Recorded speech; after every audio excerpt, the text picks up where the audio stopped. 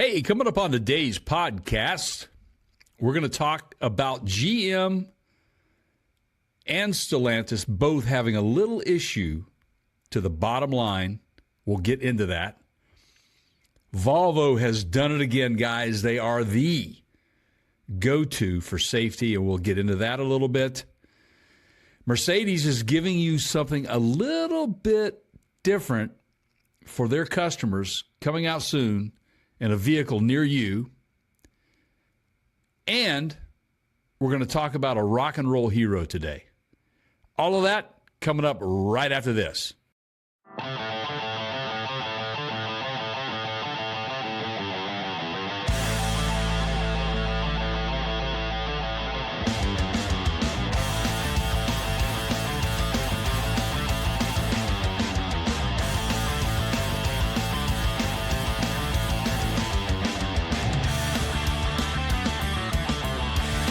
Hey, everybody.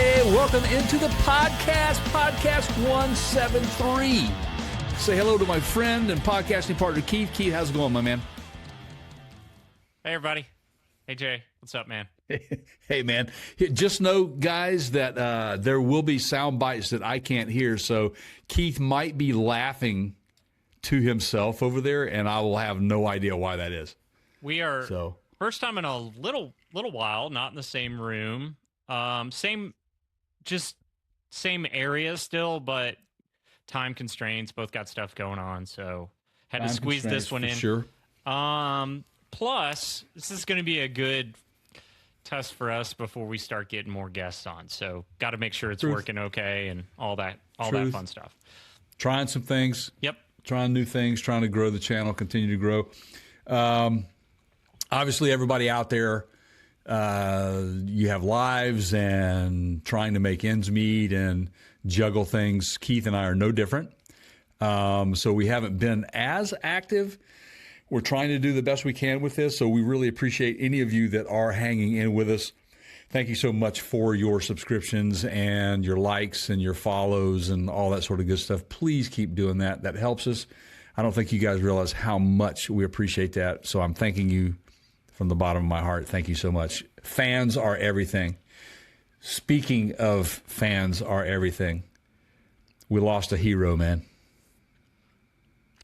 Rock and roll. We lost Ozzy. We lost rock and roll. We lost heavy metal, the godfather of heavy metal for sure. Unfortunately, we lost Ozzy Osborne at the age of 76. I was privileged to be able to rent and watch and live stream the final concert, which was amazing. Did you catch any of that, Keith? I did not. Okay, I am going to say... You're going to bootleg it over to me? No, you can find it. It's out there. It'll be, and if you go to it'll YouTube, definitely be out there now. Yeah. Oh, for sure now. But Youngblood's cover of Changes was probably one of the best covers of that song I have ever heard. And I never really knew who Youngblood was until I watched that. And okay, well, for those of us that don't, just Jay, let's just assume there's people listening right now that don't know.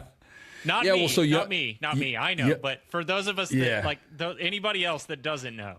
Youngblood is a young British artist out there. He's very popular, but he's gained a lot of momentum over the last several weeks to month, or since the show, right?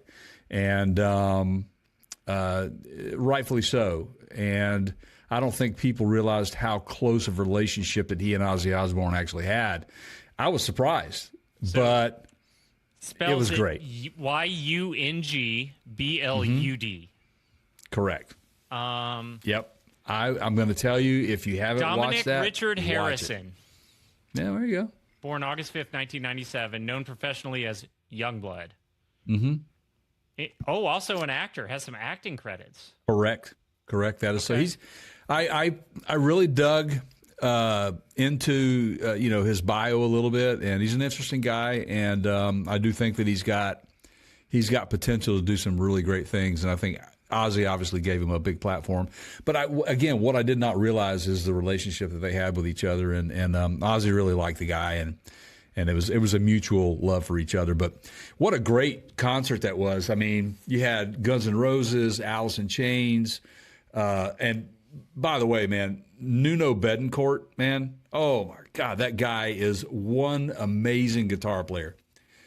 They put together like this super group and just had various, guest singers, guitar players come on with them, and they just played the entire show basically. They even brought Jakey Lee, which was Ozzy's guitar player on the Ultimate Sin. I forget the other album, but he was on 2 albums, and I think there was a little bit of an issue between him and Sharon Osbourne, the management, and he left on bad terms. But it was really cool to see him come back and be humble and get on the show and play, and it was great to see him rocking out again. Zakk Wylde, of course, is the beast that he is, which also pays homage to Black Sabbath with his Zakk Sabbath shows, his little side gig. Right now, Zakk is he's filling in, he's playing with Pantera, playing on Dime's rig and stuff, which is very cool to see. Gosh, man, I mean, the list just goes on and on and on. What a great show. I really enjoyed it. Go out and buy you some Black Sabbath merch. Just go have fun with it. But at the end, of course, Black Sabbath played. They did a couple of songs with Oz, and it was the original band. Bill Ward was back with them for this particular one on drums. Tony sounded great as usual. Geezer is a beast, by the way. Geezer Butler, if you don't know who that is. All right, but let me ask you this though, and I, with all due respect, and I don't mean to be insensitive here. Mm-hmm. And look, any of us that have lost relatives that have been in poor health for a while, know what I'm about to say. You've had these thoughts. Mm-hmm. Like, I feel like we've been given a gift with Ozzy being around for the past 5 or 6 years. Like, honestly, 10 or 15 years ago when they did the Osbournes, or maybe it's almost 20 now when they did the TV show, I felt like he was going to die at any minute. Right? Oh, of course. I think everybody did. I mean, everybody said that the 2 survivors on the planet that could survive a nuclear holocaust would be he and Keith Richards, right? And, I mean, and that's no joke. I mean, just some of the things that they did, that's the rock, they were the epitome of the rock and roll lifestyle, right? Or he was, and I mean, Keith still is. And again, like, and this might happen with Keith Richards too, but, you hear the news and it's like, oh, I thought he was. Again, I don't mean to be insensitive. Right? But I was no. Oh, he's still around. I totally get it. Yes, I totally get it. I mean, I'm in tune with it because it's I live and breathe music. You ride the crazy train to work every day. I ride the crazy train to work every day, man. But in fact, I work with people on the crazy train. That keeps it interesting for sure. It has to. I'm in the automotive industry, right? Yeah. Which is a very rugged terrain right now to navigate, by the way, and we'll get into that a little bit. But yeah, man, I mean, I will say this, that for me, Ozzy was an example of just being you, right? That's why people loved him so much, man, is because he was just him. And he genuinely loved his fans. To see him thank all of his fans on his last show and his last song, he sang Mama, I'm coming home, which was, right. Golly, man. I mean, it brought tears to my eyes just watching him up there. He struggled a little bit. I think everybody realizes that. But, man, he's 76 years old and he's still up there. He looked great to me. You know who else is close to him in age? Who's that? Sammy Hagar. Which, by the way, you might find this quite interesting. He was one of the people that was invited to play that tribute. And he sang a lot of his Montrose stuff. He did Rock Candy and, a couple of other things. I saw the social it was really good. We're all doing backstage or whatever. Oh, Sam loved Ozzy, man. I mean, look, that's a thing that I don't think people realize, that genres of rock and roll, Right. period, right, have been influenced in some way, shape, or form by, say, Black Sabbath or Led Zeppelin, the Rolling Stones. I mean, and it's all blues based. We know this, right? right. But every once in a while, you have a group like a Black Sabbath that comes along and it's just so unique. And their approach to it was just incredible. I mean, their whole intent was to bring you a horror movie. That was what Black Sabbath was built on. They loved going to the horror movies. And that's what Tony and Geezer and Bill and Ozzy all wanted to do. They wanted to bring you a Sunday horror movie, and that's what Black Sabbath was built on. I mean, honestly, it sounds like just a family reunion in Alabama. Tony, Geezer, Bill. Yeah, you're right. True that. I'll throw that one in there. For those of you, back to what you were saying earlier, for those of you that have not been long timers and been along for the ride, and this is either your first time hearing us or one of your first few times hearing us, welcome. By the way, welcome. And this is what we call the Counter Show. This is a podcast. You're either listening to this on a podcast platform or watching it on our video platform on YouTube, which is youtube.com/Parts Counter Gurus, or you're watching a small little clip segment, which if you are, go find the long form one. Search who are we? Exactly. PartsCounterGurus.com. I haven't even started drinking yet.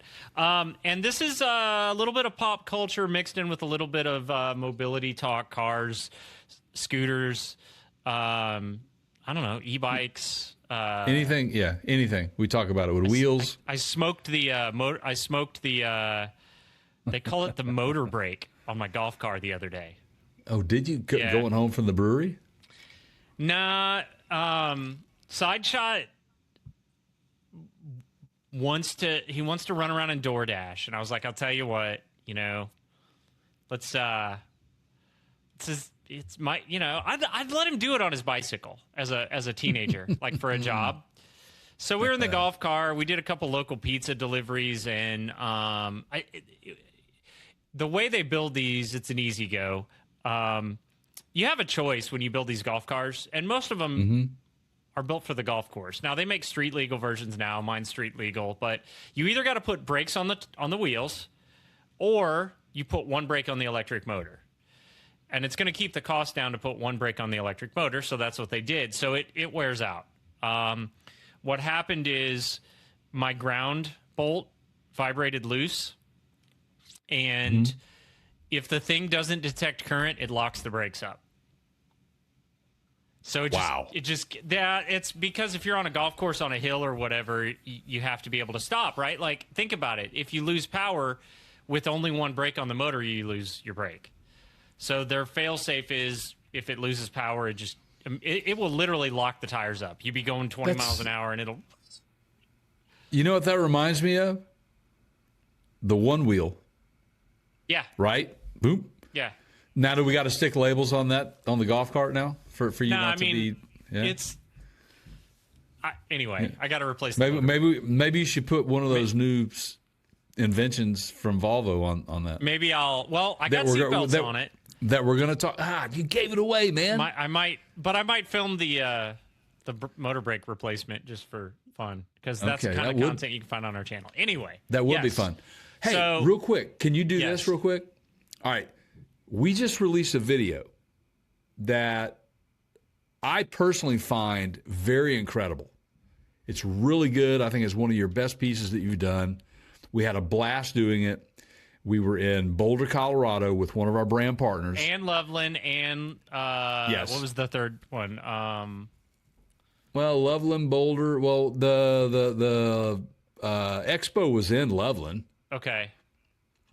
Loveland and Boulder. We went over to Longmont. Longmont. Yeah. We did Longmont, and we did went into is it Estes Park? Yeah. Basically all the North Denver playground areas. Yeah. Yeah. So where I'm going with this is, guys, go to our channel and subscribe while you're there. Take a look at the Intrepid rooftop camp gear that they have.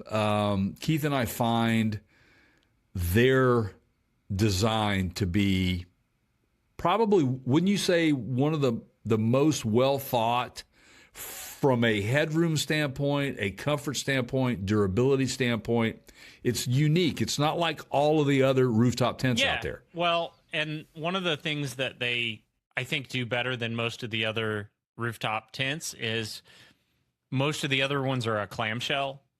Right. So if you think about like literally an old flip phone or like just a clamshell, I don't know how else to really explain that. Wherever that angle is, there's always going to be like way less headspace, right? It's a triangle, right? Right. And so they've made it less of a triangle and more of a, oh man, we're getting into geometry on this program. It's okay, man. That's what we do, Hey, right? Google, what is a four-sided shape that is not equidistant? Did you just say four-sided? Yeah. A rhombus. It's a rhombus. Is it a rhombus? Okay, all right. Yeah. I'm with you on Wonder that. why they didn't call it rhombus camp gear. That's, I don't know. That's a good, we need to ask Sloan that. That's a good one for Sloan. Would you mind putting that in the question box for, so the, anyway, like you were saying. But yeah, so I just wanted to say that, if you're looking to get a rooftop tent, please take a look at that video. Keith did a great job with Sloan describing the features and benefits. Sloan did a great job.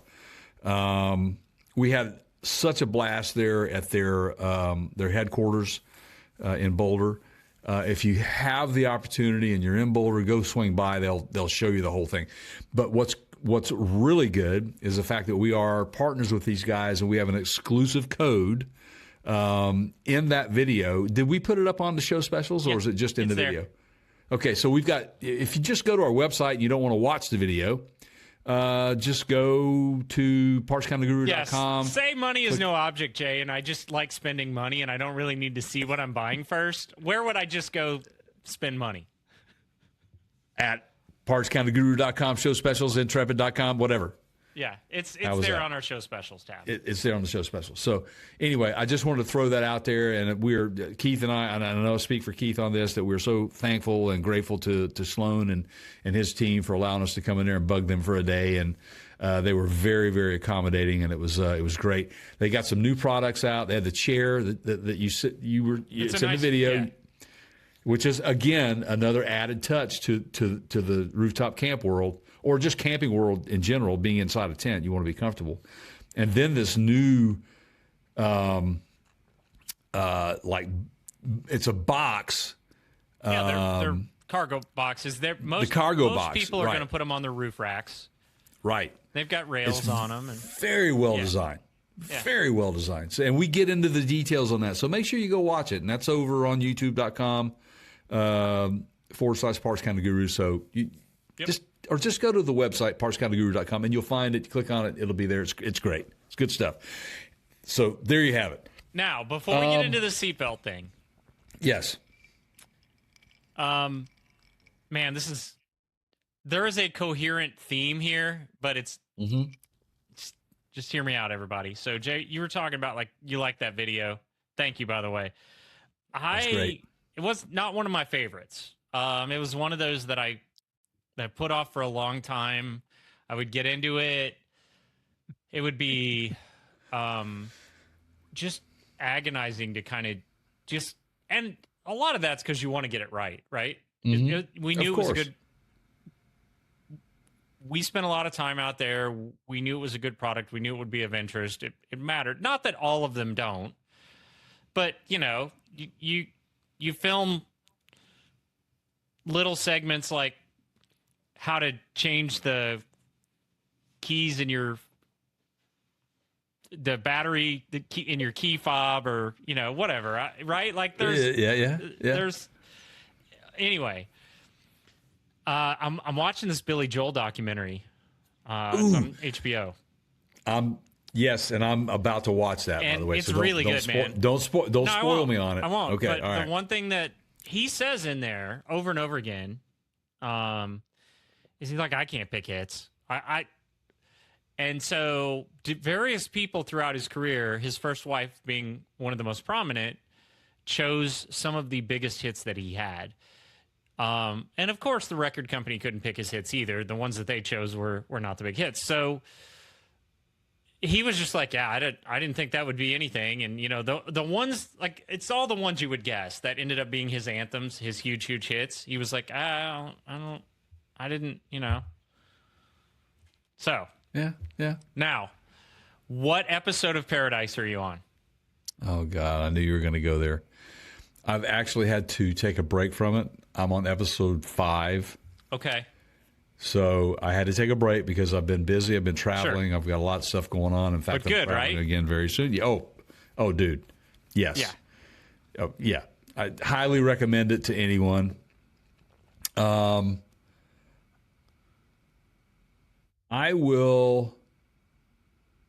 going to turn you on to a movie, by the way, so remind me of this. Okay. Something that I just recently watched that I think you'll like. It completely, I can't tell you what it's about or the storyline or the plot behind it because it won't make sense to you. You have to, it's one of those movies where you physically have to watch it. Like Napoleon Dynamite? Yes, exactly. Okay. Yes. Yeah. Or, yeah. Try to just explain to somebody the value in Napoleon Dynamite, Dumb and Dumber, Idiocracy. You're just not going to get it. You got to see the movie. No, you have to. You have to see it, right? So anyway, I'll tell you about that here shortly. But there are some really, really good shows out there right now, dude. Okay, everybody, audience, again, you know, disclaimer: we talk pop culture. We talk. This is what we do, and be aware of that. So, what is that movie? Or it's a new show? No, it's a series. I mean, are we talking streaming, or are we talking in the theater? Yes, we're talking. It's called Untamed. Oh, I'm 4 episodes in. Oh, see, I'm about to start. It's Eric Ban. So, yes. Yeah, that's filmed in Yosemite. Yes. Yeah. It's a drama. Yeah. And when you see that, you will understand why I was trying to tell you about Hetch Hetchy. Now I got you. Okay, that totally makes sense. Like, yes. When we were in Yosemite 4 years ago now, 3 or 4 years ago, I started reading up on Hetch Hetchy. And it's fascinating for you guys that love the outdoors and are into national parks and camping. The Yosemite Valley, Heath, which is beautiful. That wouldn't be you, would it? No. You're not into camping or anything at all? Yeah. Basically had a twin. He sold his RV. I did, which is called Hetch Hetchy. Not done yet with the camping though. And if you know anything about the famous John Muir, you know, famous California outdoor adventurer, John Muir fought, I think, all the way up to the United States Congress to save Hetch Hetchy. They ended up flooding it to become a reservoir that now provides it's the primary water supply for the city of San Francisco. That's insane, man. So you can still go to Hetch Hetchy. You know, obviously there's a massive lake there now, but it is more of a backcountry trip versus the touristy Yosemite Valley, which is still great. But, you know, getting off the beaten path is always a little bit more fun. Absolutely it is. We talked about that the other day. Our good friend Rothmeyer, we've talked to him about doing this with him, the Hetch Hetchy thing. Gosh, man, it's just, you go 2 years ago, Keith, you and I were, I will say this, the Cascade National Park there, you know, North Cascades was at our disposal. We could do it anytime we wanted to.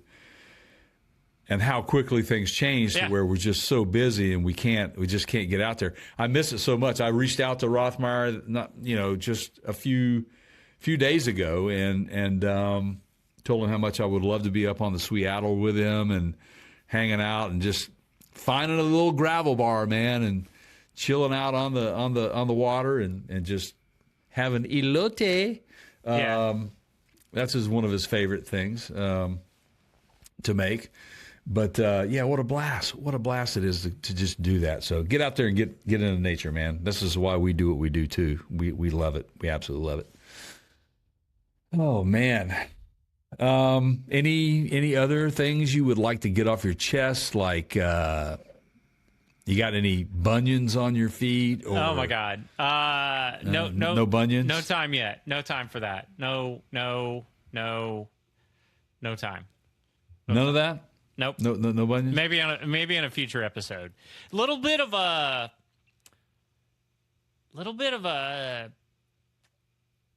some bad news. We're gonna go into a little bit. Oh, it's all bad. No, well, not all of it, but I feel like I just muted myself, Jay. I got this new microphone. By the way, interface, I can see your levels.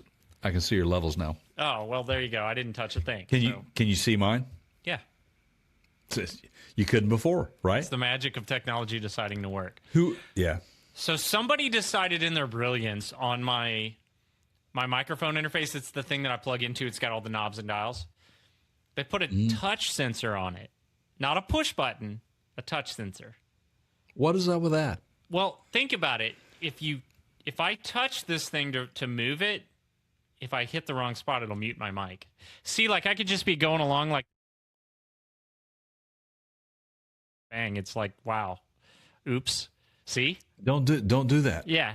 So anyway, I love it, but that's not a great feature. Tactile buttons, little push buttons, work great for audio gear. Let's not leave that for shiny new bells and whistles. Like knobs and dials, everybody. If you work in the audio industry, let's stick to knobs and dials. Speaking of knobs. Yep. Okay. I'm going to see a really, really good show. And the opening act is Mike Campbell and the Dirty Knobs. Okay. That's the Mike Campbell, lead guitar player of Tom Petty's band. Yeah. The Heartbreakers, right? Yeah. He's opening for Blackberry Smoke at the Ryman Auditorium in Nashville, Tennessee. Okay. It's going to be a fantastic show. Can't wait for it. There's a couple that I want to catch there, but man, I don't know if I'm going to have time. Jeff Goldblum and the Mildred Snitzer Orchestra. Ooh, man! Yeah, Bill Murray's going to be there. Did you know that? I did. Bill Murray's. Yeah. Yep. Bill Murray's going to be there. Daniel Donato. Do you know who Daniel Donato is? I'm about to. Okay, Daniel Donato is a amazing guitar player that. Okay, for if you've never been to Nashville, downtown Nashville, Broadway, there's just loaded with honky tonks, right? And there's a few really famous ones that you should go to. I think the one that is the one is Robert's Western World. Well, it's the original, or one of the originals, yeah. It is them and Tootsie's, right? Yep. But Robert's Western World was home to a great cover band that played nothing but traditional country, and that was the Don Kelly Band. Yeah. And he was known for bringing in these great virtuoso guitarists, man, right? This amazing. And Daniel's one of those, and he's invented this niche version of country. He calls it cosmic country. Yeah. It's really good. He played with Don, and I remember watching him when he was just a young guy up there on stage, just amazing. So if you're in Nashville and you happen to be around on August the 22nd, I think it is, and you can get tickets to see Daniel Donato, go see it. You'll love it. And if you don't know who he is and you're not really that interested, just go to the Ryman just to see a show, because it's probably one of the best music venues you'll ever get into. Yeah, it is. It's fantastic. I have become a little bit more of the off-Broadway fan because I'm just the drunken tourist pedal tavern. I just can't. But I'll do, and I realize if I say them here, people are going to then populate my favorite secret. But, places like Station Inn, What else? Ooh, Station Inn. Yeah, that's a good one. Yeah. Occasionally a Bluebird. That one, it's pretty far out of the, Where's that at? Bluebird. It's over in Green Hills.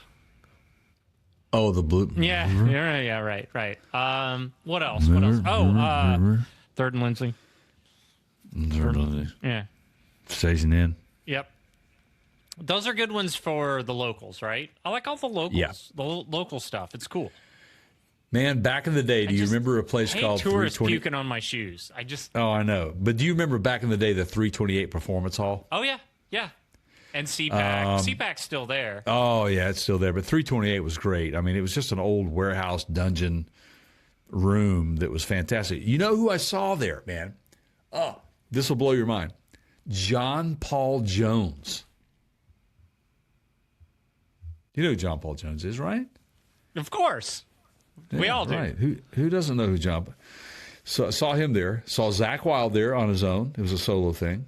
I saw the Black Crowes. I saw King's X. I saw Sass Jordan. God, man, the list is long, man, of people I've seen at that place. There was another place called Ace of Clubs. Yep. Played that one. Also right off Broadway. Yeah. Right off Broadway. I've played that one. That was a good one. That was a great one. Yep. Yeah, it had a really big stage, big room. It was perfect for us wannabe rock stars. Let me ask you this, and then we'll move on to... We'll move on to talking cars and stuff. Did you feel like the Wild Horse maybe shut down a couple years? If they would have just hung on another year, it would have been they would have just taken off again? I don't know, man, because I'm not real sure the line dancing is the thing anymore. Well, I don't know. I take that back. But you can convert that, right? You could put a they already had stages in there. Yeah, it was a neat bar. Yeah. It was a neat place, and it's something else now. I mean, it's still there. It's just something else. Wait, back up a second. Okay. You don't think the tourists coming to Nashville for those of you that are not watching this, I'll hold up my finger quotes, authentic Nashville experience wouldn't want to go line dancing? I mean, there's two things that say Nashville more than anything else, right, Jay? Yeah. Bachelorettes and line dancing? Right. Yeah. I guess, man. I don't know. I mean, I take that, like I said, I take that back. They're still doing some line dancing in town, and they're quite packed when they do it. So, which, by the way, the 4th of July celebration, that was amazing. And I had the opportunity of being on a rooftop. Yeah, they're good. Downtown They've been good for just amazing. 5-6 years now. Yeah. Nashville puts on one hell of a 4th of July party.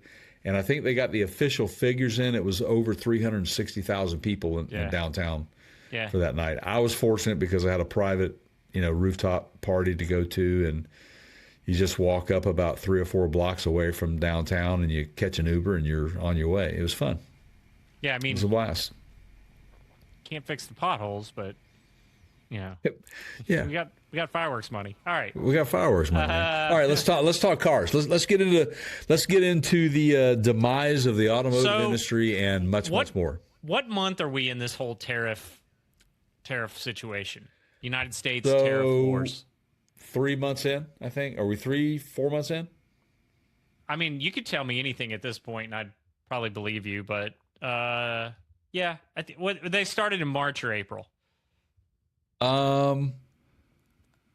I want to say also an acceptable answer. No, I want to say officially, I think in April. Okay.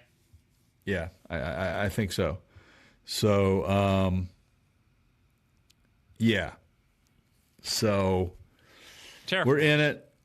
Tariff wars. We're confused.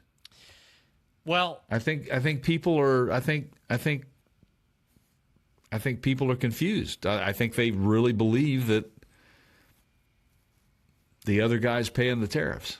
So here's what Jay and I have uncovered in our journalistic super sleuthing. So, not a political stance in any way, but a factual stance, because Jay more than me, but we've both got ties to the automotive industry? Oh, What? we have a lot of ties to it. I've been in the industry since I was 13 years old. You know that. Okay. So how many years, Keith? How many years is that? Do the math. Since you were 13. Right. Yeah. Yes is an acceptable no answer. calculator in hand to do the math on that when we're talking? I mean, no, I don't have that shortcut. Okay. So, all right. Put it this way. I qualify for Social Security now. Okay. Gramps. Okay. Get off. Where's my get off? Gramps? Here it is. Wait. My get off my lawn drop right here. Get off my lawn. You're not going to be able to hear it, though, this time. No. Okay, that's right, because your sound drops are not it's not dropping. piped in. So we've seen things firsthand. Is it safe to say firsthand without giving out anything that I shouldn't be? Yes. Okay. There are some actual costs. I've seen this too, just not in the magnitude that you've seen it. Right. And I don't know why I just said that. I guess to validate the fact that it's actually happening. Anyway. Right. There are some monetary consequences of these tariff wars that have crept into what the hell are you doing? I've got somebody that just called me. Okay. On the phone. Yeah, so I gotta say bye. Jay I had to doing a video conference call in the, this is making the shorts, man. This is totally making I had to answer it, man. I had to answer it. Do they want to be on the podcast? No, they don't want to be on the podcast. Are you sure? 100%. They're busy. They just had to tell me something. So there you go. Okay. So what? Thanks for telling me. Talk to you later. All right. All right. First time for everything. Anyway, I digress. Yes, there is.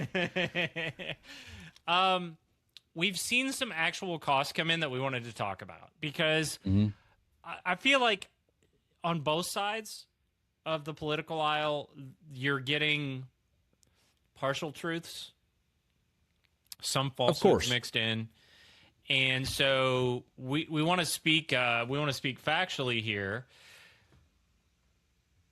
Jay, on the manufacturing side, you guys have had some real, what's the right word there? Some real challenges in the automotive? Definitely the challenges, because it's layers of challenges. It's not just us as a manufacturer. You have people that are involved logistically trying to get the product to you, right? So there are partners within this whole thing that help the process flow through, and we all bill each other, and that's just kind of how it works. Well, when you're dealing with 55% tariffs, who's got the money, right? You know, we're not floating you anymore. We're not doing this. We can't do this. Can you adjust this? We have to adjust that. I mean, it's one big juggling act is what it is to try to get product into this country right now. And unfortunately, people, think that the other country, the manufacturer of the goods, is actually paying these tariffs. They're not paying the tariffs, guys. The bottom line is manufacturers in the U.S. are paying the tariffs. And ultimately, at the end of the day, the consumer has to pay the tariff. It's not other countries paying it. You, consumer, are paying the tariff. It may not have gotten to you yet or trickled down to you yet, but it will. Trust me. Case in point. General Motors. By the way, that's the old logo. It is. I was surprised at that too, man, when I saw it. The new logo. They must have They must have forgotten. They went all electric. The new one is lowercase. Quarterly earnings report. Horrible. Paul Jacobson. Sorry, I was looking for his name. Company's profit margin down from 9% to 6.1%. And this is what you were just talking about. They've paid about $1.1 billion over 3 months in tariff expenses. Why is that important, Keith? Well, GM right now is eating that because they know that they can't pass that. They're going to have a hard time passing that cost directly onto the consumers because they're going to lose sales to the competition. Not only that, that money is not coming from anything other than what they have in the bank. Right. That's what people need to understand.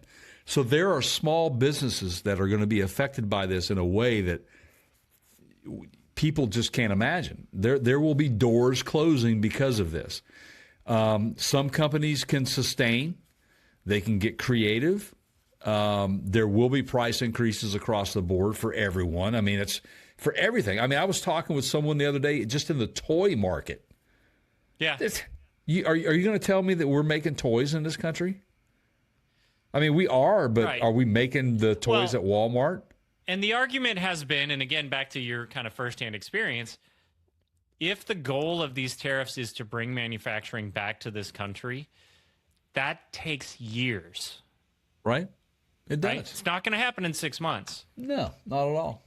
So this guy, who's he with here? Bernstein. This is a research and brokerage firm. This guy, Christopher Gray, says to put full year targets in reach.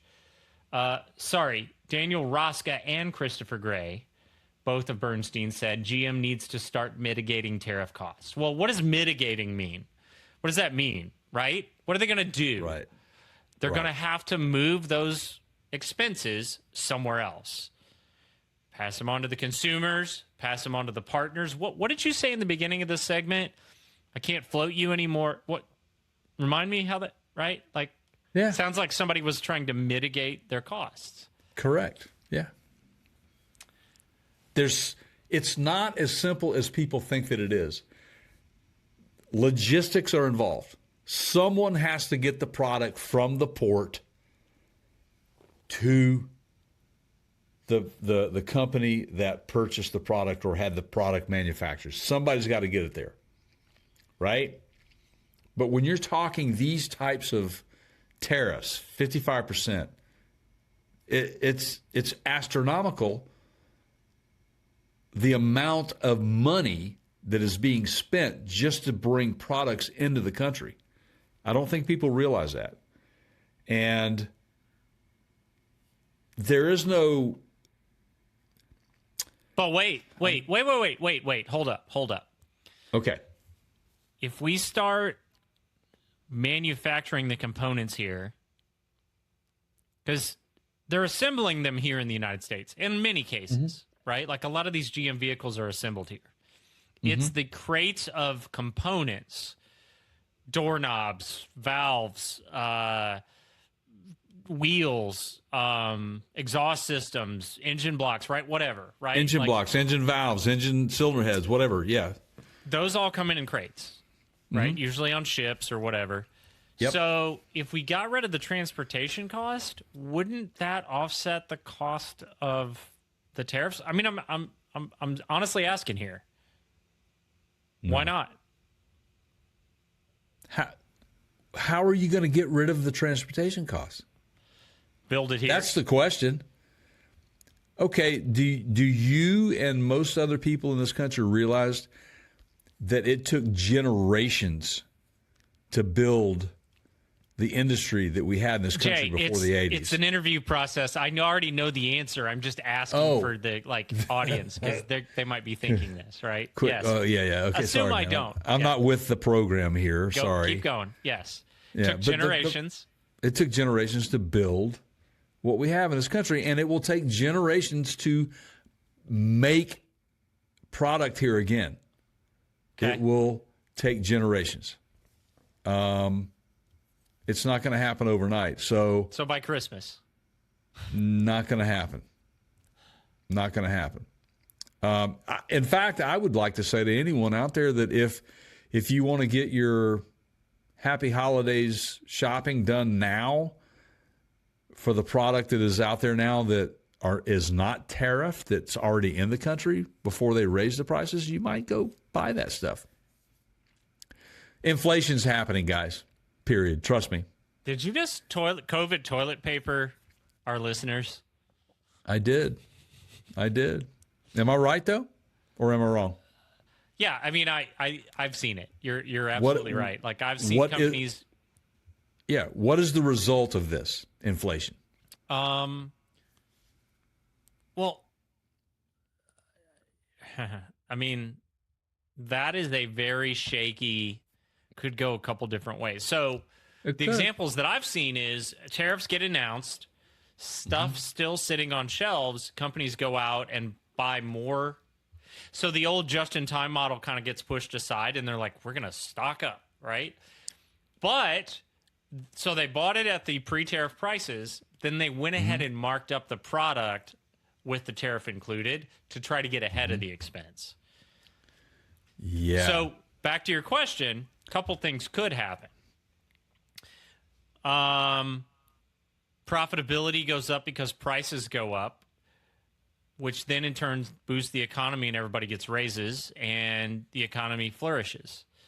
Not likely, but could happen. Or, more likely, people are more cautious on their spending. They don't buy new. They don't buy what they absolutely don't need. They wait on, especially on major purchases. Spending goes down. We start to see recession. Yeah. I don't think everything stays exactly the same is the third option at this point. It's not going to be.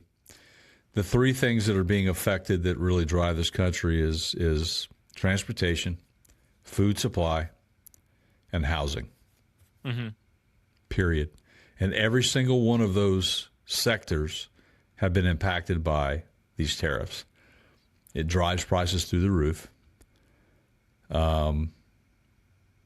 It's going to happen, and unless we get some relief, so we'll see what happens with it. But the point we're making here is that GM is just one of many manufacturers out there that are suffering these just unbelievable amounts of losses. Let me call an audible here, that are just Jay. Paid out of pocket. Who might be another example? So this would have been the third one on our list that I'm queuing up to number 2 now. I would say that it rhymes with philanthropist. So it was actually, if you were looking at the screen share that I did, there was mention of it in the GM article. Stellantis, so Jeep, Dodge, Ram. Are there any Chryslers still made? There's a couple, right? There's a couple of models, yeah. NPR says that Chrysler paid out $387 million in tariffs over the last quarter, and they had some production pauses. Now, if you don't want to take NPR's word for it, got another source here that's from ABC News that cites similar data, and we know from them that sales of Stellantis vehicles in North America plummeted by 1/4 over that 3-month quarter, right? But you know what sector of the automotive market is up? Plummeted by 1/4 in a quarter, and is really hot. Used remanufacturing and repairing and used vehicles, man. Yeah. I'm telling you. Which now, COVID impact. Yes, they do, but COVID impacted the used car market too. So you've got a double-edged sword there. And you guys that are like, well, the president paused tariffs on the auto industry, sort of. He paused them for specific entities, maybe like GM and Ford, but not all the people. And remember, GM has multitudes of suppliers out there that make anything from brake pads to... Dude, is that Jeffrey Epstein on the lower... What is that?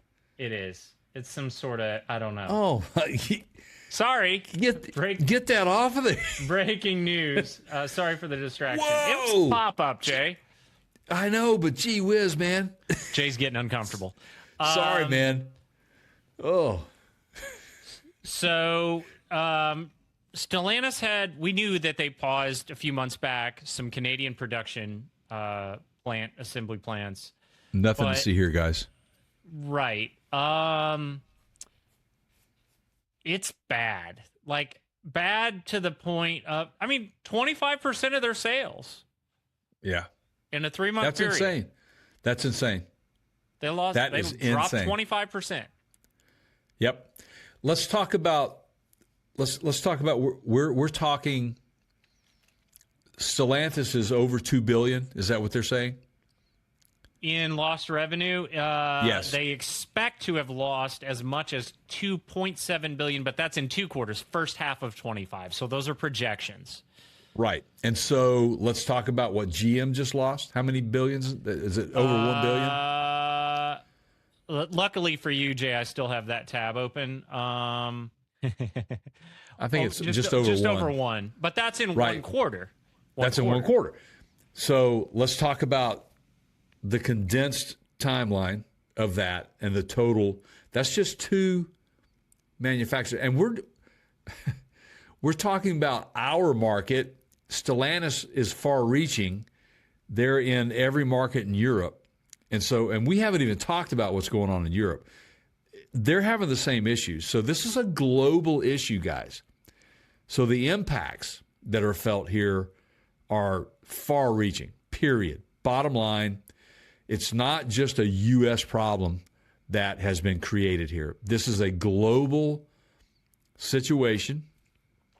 And I will be anxious to see how in the hell we can recover from this as a global economy because of this. When we talk about trickle-down effect and waves and waves and waves of things happening, this is it. This is one of the things.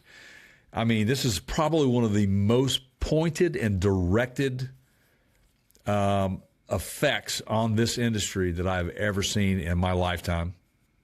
It's crazy. It's absolutely unprecedented. So just 2 manufacturers, we're talking nearly $4 billion. I will guarantee you that when you start looking, it's going to be in the trillions that will be paid towards tariffs. Wouldn't you think? We're just a small sector of what's tariffed. I think, unfortunately, here in the United States, and I've seen this, and I'm thinking about COVID in particular, some people won't take it seriously unless it impacts them directly. Right. Because it was the same thing with COVID. Oh, it's just the sniffles. Drink your vitamins. Yeah. Right? People got really sick. People died. I'm not getting into the whole where it came from and all that controversy, but people got sick from it. And if you don't think that, I don't I don't know, man. I'm not sure I can have it was a real thing. It was definitely something real. This is a real thing. Just because it doesn't affect us today doesn't mean that it's not going to have some consequence in 3 months. Right. I hope not. No, I would love to be very, very wrong about this. And that first option where people just spend more and the economy grows and and I'll be the first one to come on here and go, you know what? Worked out, not the way I thought. Sorry, I was wrong. I will. I'll do it. Yeah. This is being recorded. You know? Yeah. We're on air. We're on air whether you want to be or not. We're on air. Wow, man. This is the world that we live in right now with the tariffs and stuff. And I know it's still ongoing. And I just hope that everybody can come to the table and reach an agreement so that we can all hang on to what we've saved, what we've put away for our long-term life. After work, we shall see what happens. So we need a Patrick Swayze from Roadhouse. My Way or the Highway. Yes. Get it in. Or I hate to say I told you so. One of them. Man, wonder what Boomhauer would say about this. Yeah, I don't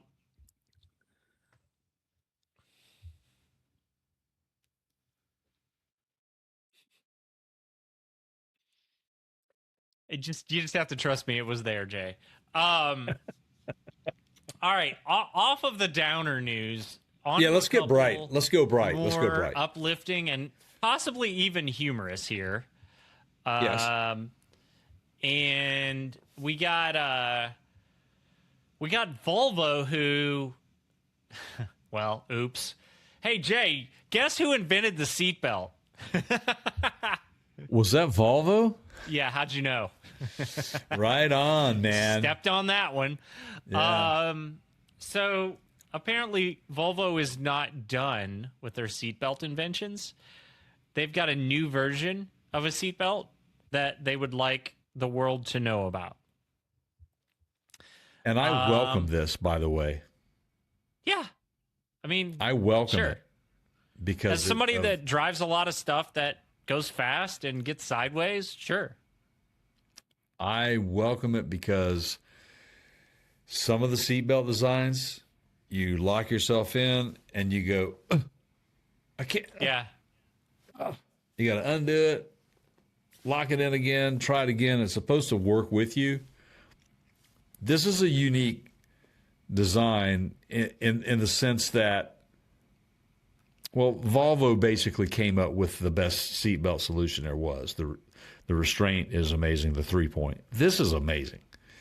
Now, we don't have any great details on it other than it's the world's first multi-adaptive safety belt. And it's... Okay, hold up. Before you let the cat fully out of the bag... Okay. It's just time for my little... Like, in my mind, Jay, I read this stuff, and I'm off in some comic. In my mind's eye. Developed at the Volvo Cars Safety Center Crash Lab, which has been staging accidents for 25 years.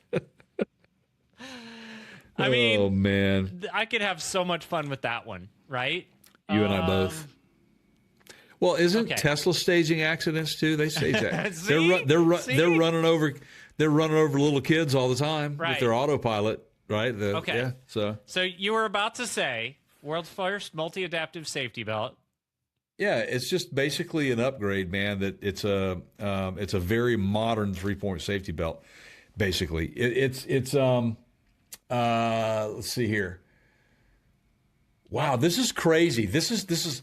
So it's like you said, right? Staging accidents. Analyzing more than 80,000 real-world crashes is what they said. The multi-adaptive is a multi-adaptive safety belt. It'll be introduced in the next EX60, which is the electric version, in 2026. So, and of course they go on to say I got to review one. Will you? Sure. Rent one. By the way, I'll go down that's to a DW's. secret. Get the car with the star. Well, hey, he's got a Volvo dealer down the road, man. I know he does, and if your car ain't got a star on it, you ain't been to see old DW. So tell you what. Anyway, you were saying they're doing all these like analysis points on your body, and they're doing it because of the demand in different body types.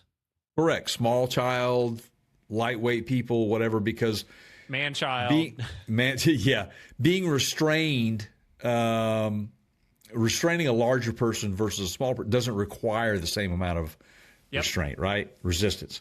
And so impacts and accidents have shown that, some people have suffered severe injuries that could have been avoided in certain accidents. So Volvo's taking it to the other level to kind of, the only fear that I have with this design, though, it is so electronic, right?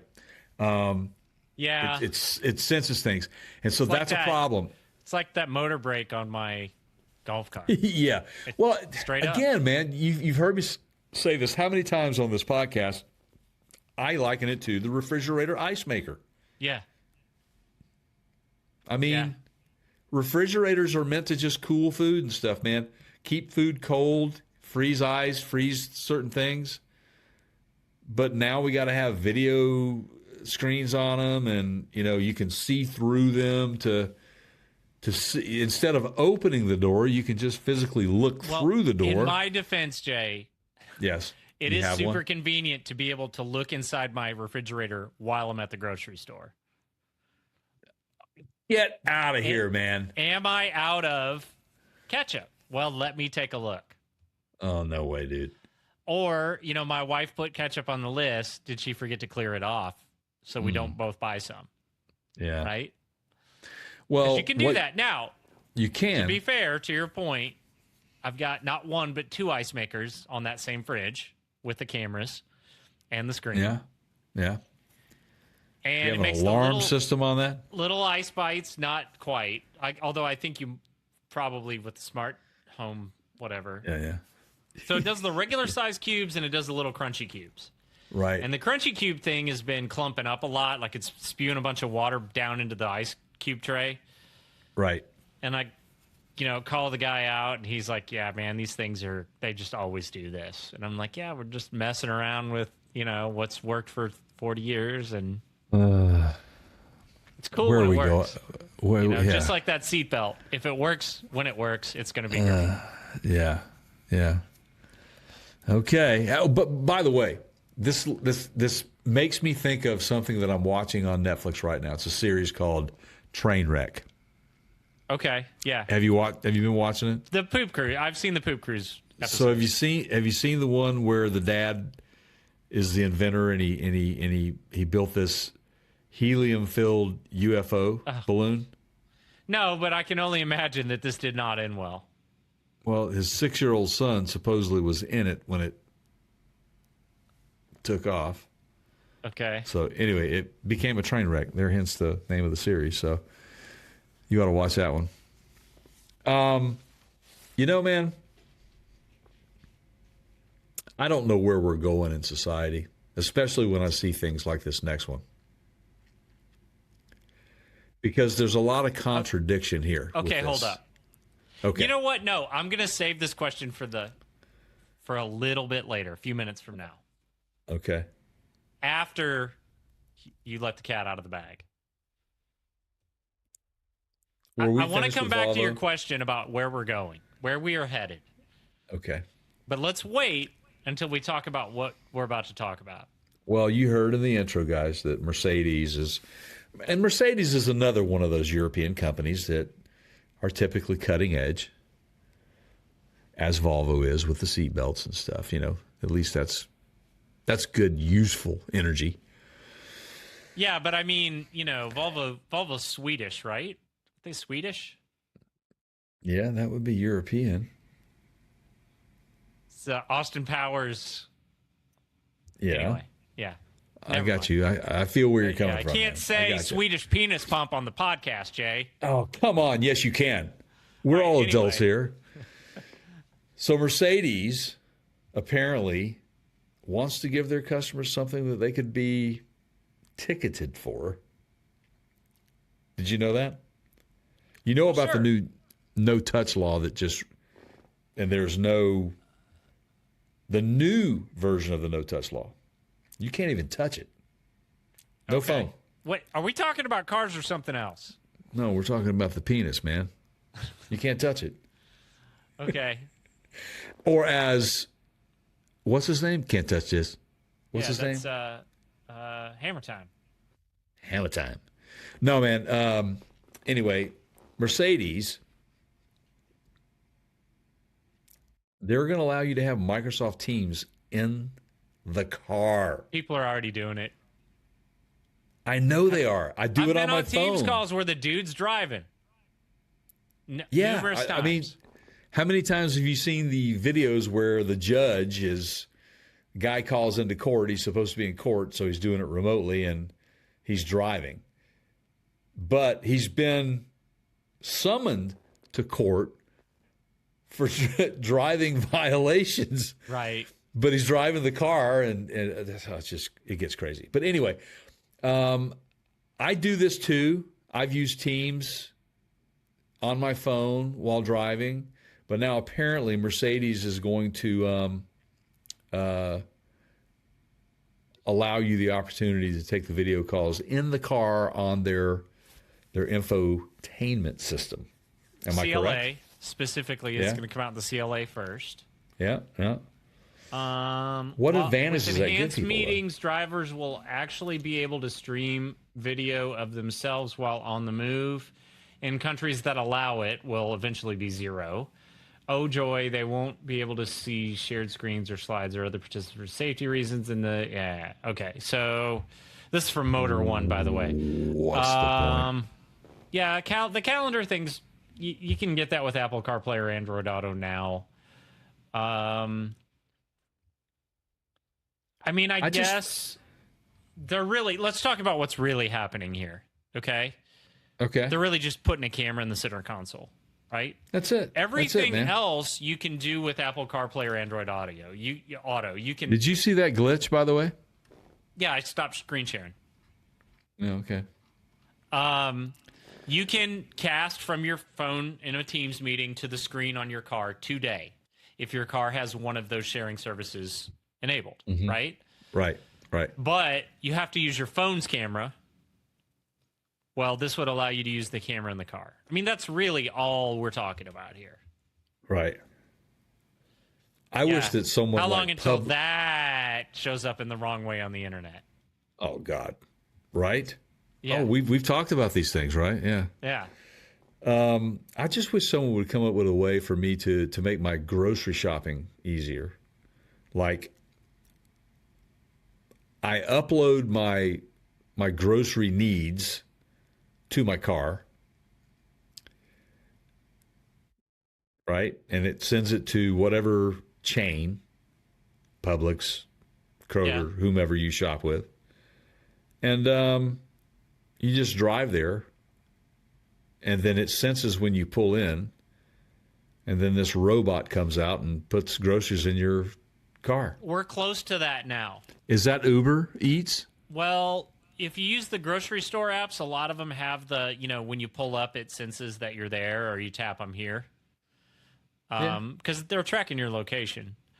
And the problem, though, is you got these lazy order fillers. I mean, I can't tell you the number of times that my wife's done this, and they've been like, oh, we don't have that. And I'm like, you're out of Heinz ketchup? Like, oh, yeah. WTF, man. Like, let's just be honest. You didn't want to walk that far down the aisle. Don't have. Yeah. Really? Pretty Because I was much there an hour ago for something else, and I saw 25 of them on the shelf. We've so that phoned happens it all in. the time.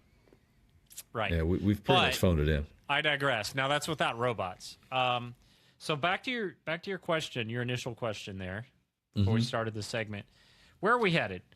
Do you feel like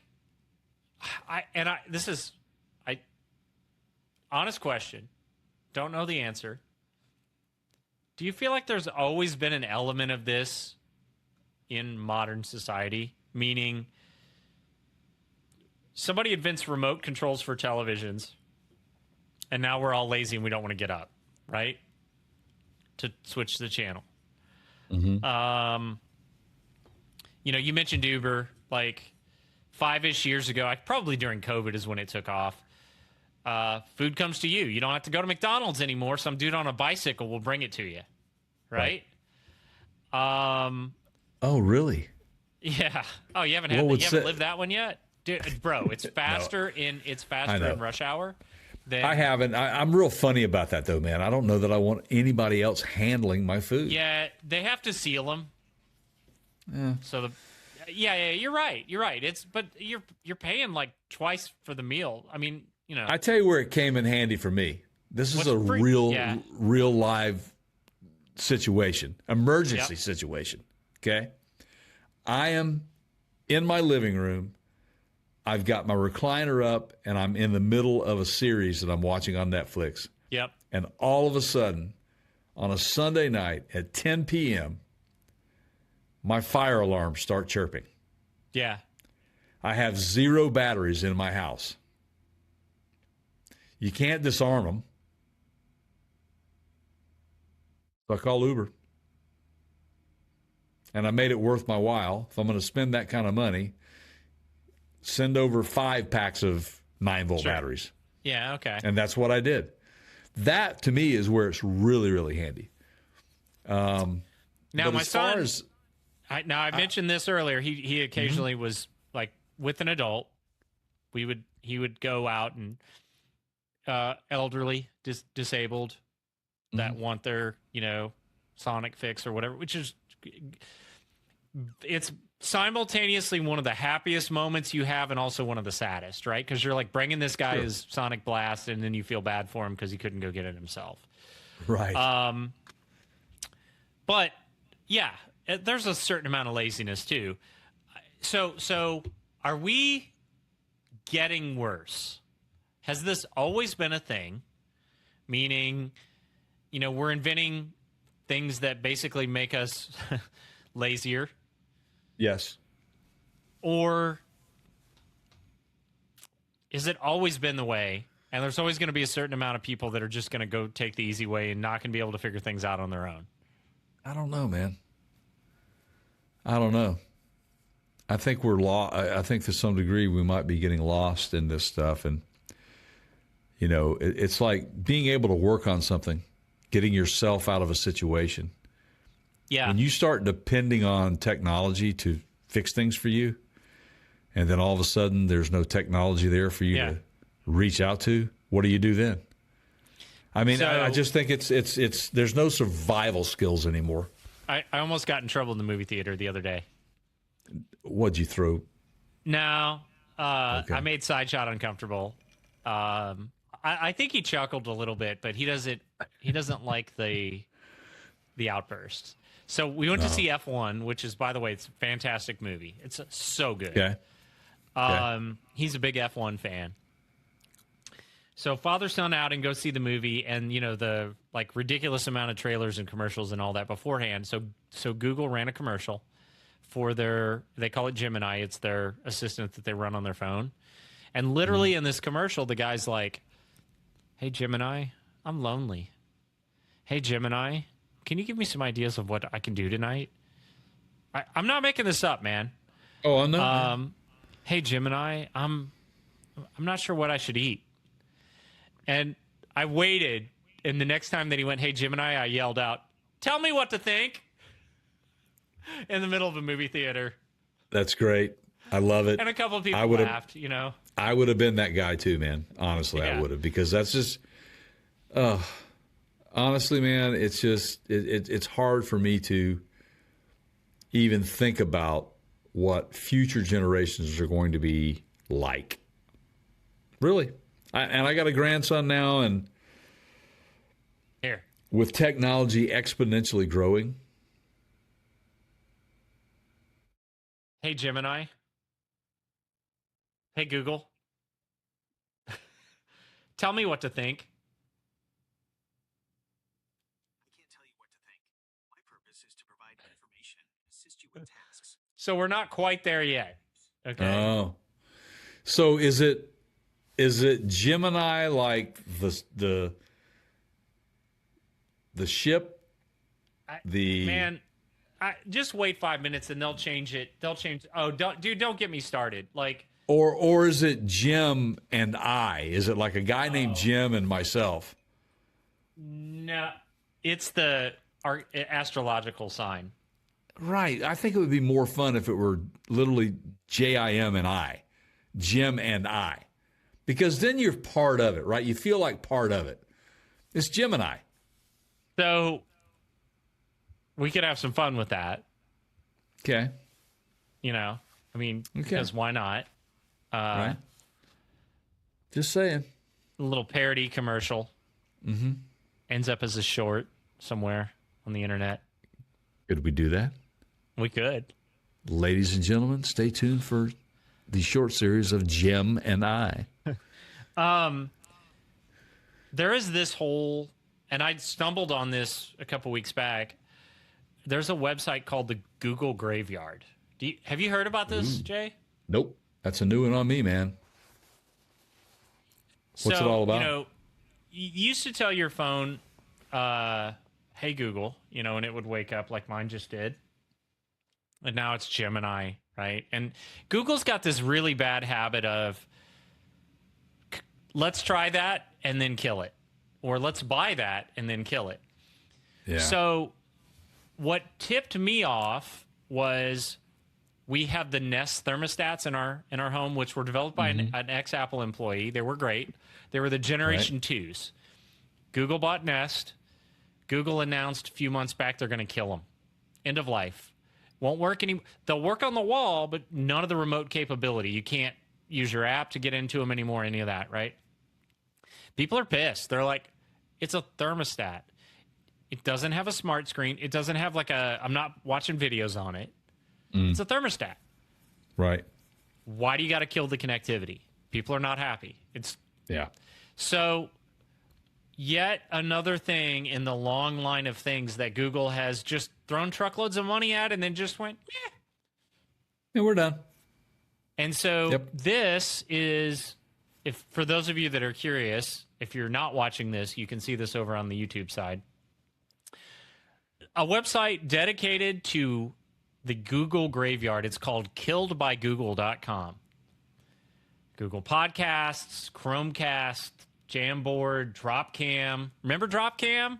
I do, man. Google Domains. Yes, that one hurt us a lot. Yes, yeah. Yep. I remember YouTube stories. I remember that. Google Street View, the standalone app, Google Stadia, Reddit, YouTube Originals, Google Hangouts. Yeah, I remember Hangouts. YouTube Go, Google My Business, Google Surveys, Android Auto for phone screens, the Google My Dingle. Yep. Google My Dongle. Backup and Sync. Fitbit Coach. Wow. I'm just going through the list here. Google Crisis Map. Google Cloud Print, which came with a lot of like printers. I had one. YouTube VR. Hire by Google. Pigeon You know what would be Transit. interesting? You know what would be interesting to do with something like this? Look at this, dude. I'm not even a third of the way through this yet. I know, but what would be interesting would be to see of this stuff right here. What replaced it? Where did they go to from here? In many cases, it was just dead. But what was it? Was it just a bad idea and it died, or did they develop another technology that was better that replaced it? Right? Google URL shortener just went away. I remember now you that. got to go pay for one, right? Yeah. Google Domains. Oh, wait a minute! Is it off?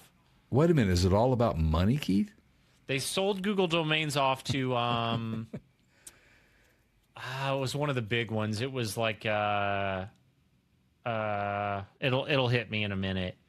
Google Goggles, the reCAPTCHA. I remember the reCAPTCHA, gesture search.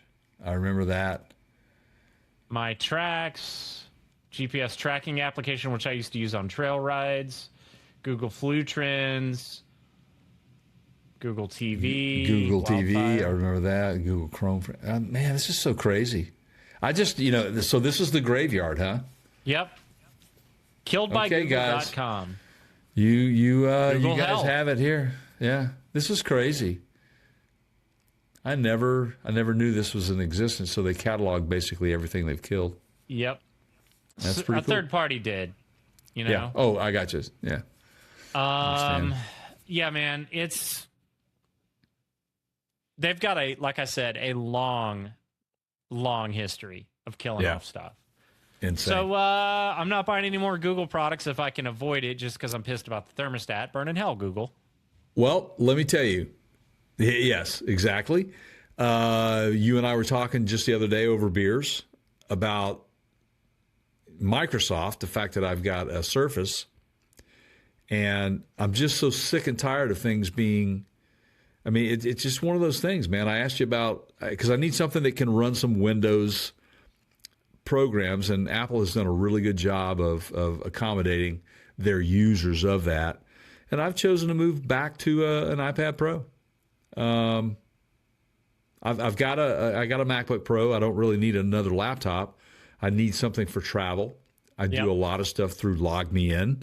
Man, you can do so much with them. Yeah, they're really powerful now. Yeah. And the bundles with the keyboards and everything is really nice. Yeah. It's really good. So I'm going back to Apple on that. I'm through with Microsoft. I'm done. Absolutely done. Brand loyalty will get you in trouble. It will. It will. So there you go. Man, I tell you what a great show.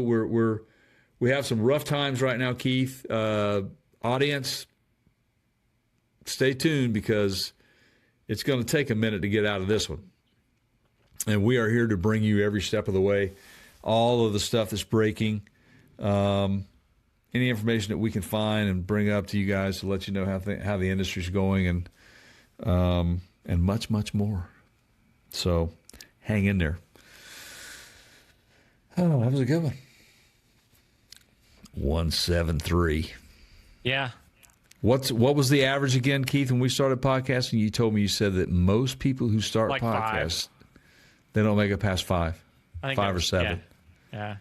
I'm not sure about us, man. 173, man. We may not get there. I don't think we're going to make it, man. All right. All right. If you've hated this, why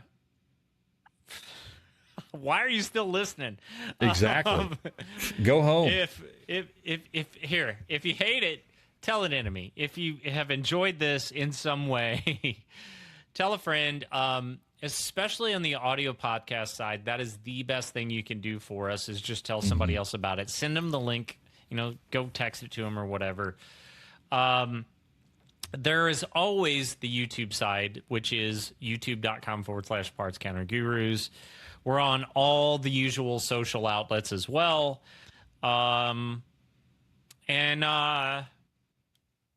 Make sure you hit the website if you're looking to spend money on Amazon or buy some stuff, because we'll get a little affiliate credit. Doesn't cost you any more, and that's partscounterguru.com.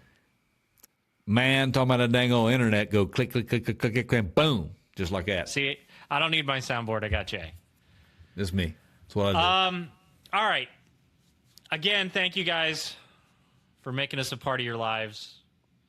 I'm Keith. That's my pal Jay over there. Oh, I'm back to... okay. It's mirrored. It's been so long, Jay. I'm out of practice. I pointed in the wrong direction for those of you that can't see this. In the words of Benjamin Franklin,